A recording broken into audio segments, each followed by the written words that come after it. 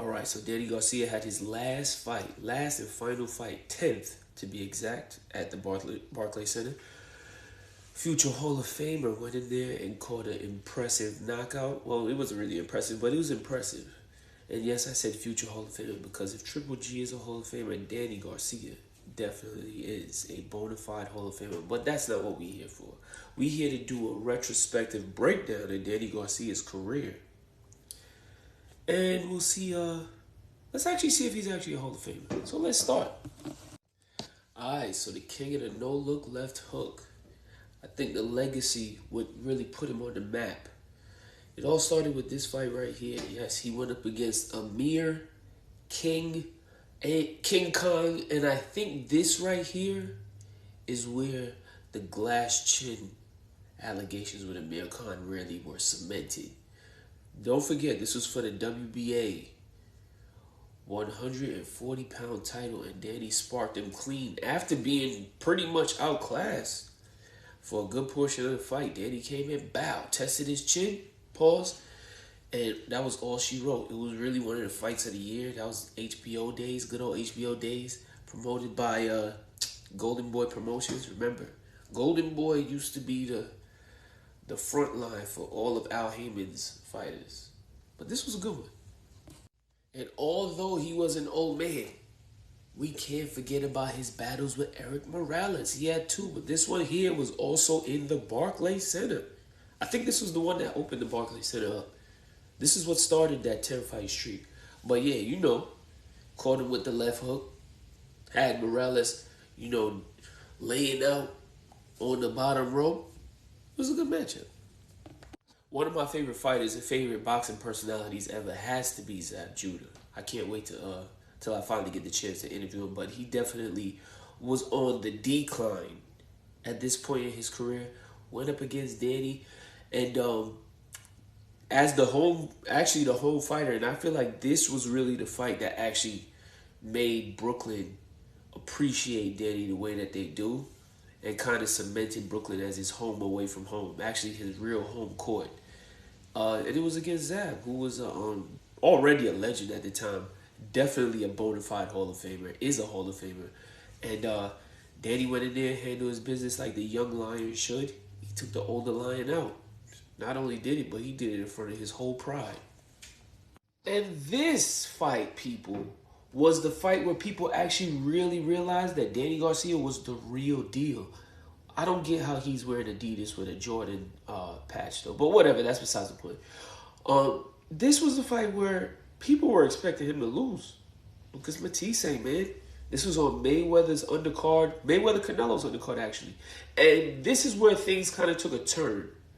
But the fight in per se, man, you got to talk about action-packed. This was actually fight of the year for me that year. Danny, nobody really was expecting him to win it. Danny went in there and really just turned it up late in the fight. Got the boy up out of there, packed him up. This was when I really became a supporter and fan. Now, I know a lot of y'all started watching boxing in 2016 or some shit like that, but this is when, in my opinion, Danny started moving a little funny because despite what people may say, on the contrary, Victor Postal was one of the scariest mans at 140 pounds.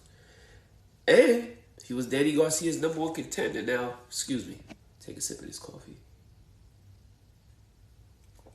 Now, what most people will tell you is Danny was supposed to fight him, and they were actually in negotiations. But also the backstory on why this fight didn't get to happen is because Danny Garcia, like I had mentioned earlier in the video, was a Golden Boy fighter. Golden Boy and HBO's relationship wasn't as strong as people thought. And not only that, although Oscar De La Hoya was Danny Garcia's promoter, Al Heyman was his advisor. Danny Garcia did not fight on HBO again after this. And then, you know, we could talk about Mauricio Herrera. We could talk about Lamont Peterson and how Danny robbed him in Brooklyn. We could talk about all of those fights. But we're going to try to keep it on the up and just talk about the names, the intriguing names at that. So after the failed negotiations with Victor Poso and Danny Garcia actually choosing to drop his belt to the boogeyman in the 140-pound division, Danny Garcia decided to take the leap and move on up to 147 pounds. Floyd Mayweather had just relinquished his claim to the WBC title, and at that point he was retired. Well, so we thought. So Danny Garcia goes up against this guy. One of Floyd's former opponents, Robert the Ghost Guerrero, and gets an impressive victory to capture Danny's second title in his second division, WBC champion. And a lot of people were excited because this was the beginning of the PBC era. You had so many intriguing fights. And one of those intriguing fights that a lot of people wanted to see, well, people wondered about, was Danny Garcia versus Adrian Broner. How would Danny Garcia versus Manny Pacquiao? Because he was still active. At the point, Earl Spence wasn't really known yet. We do know Danny will go on to fight Earl. Danny also was being paired and mentioned with the likes of Sean Porter and Keith Thurman. Speaking of which, I was actually in the building for this one. I got the ticket stuff around here somewhere, but I really don't feel like looking for it.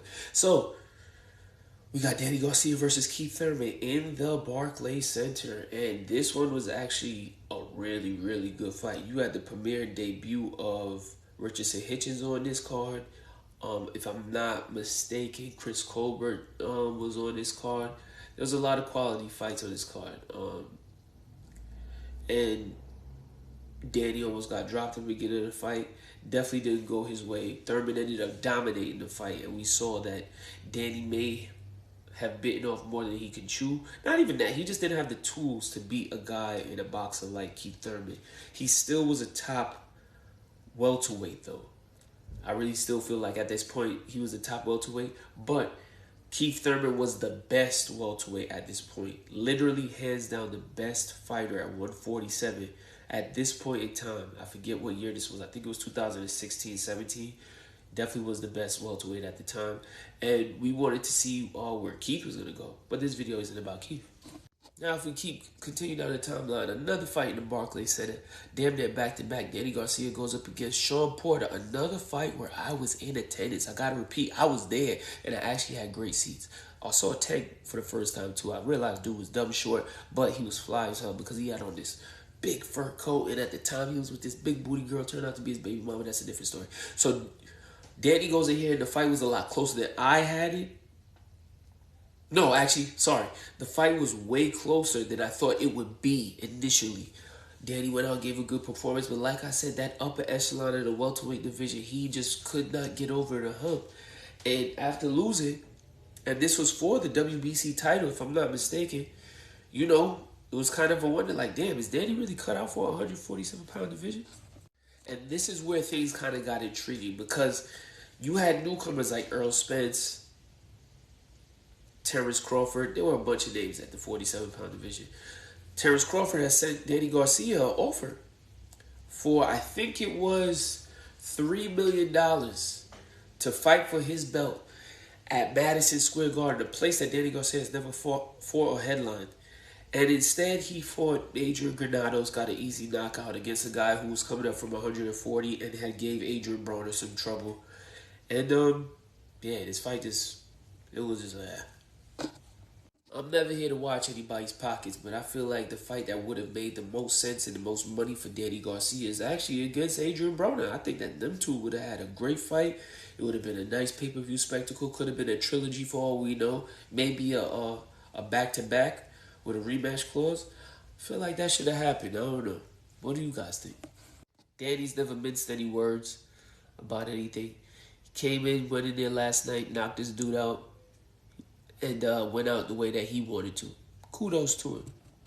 Danny also made sure he made it known that the only thing he really gave a damn about was making sure that he was good financially and that his family was good. And I think that this photo right here is a good way to end it off, because that's all that really mattered to him at the end of the day. So shout out to him and shout out to his family. Let me know what y'all think. Remember, like, subscribe, and share.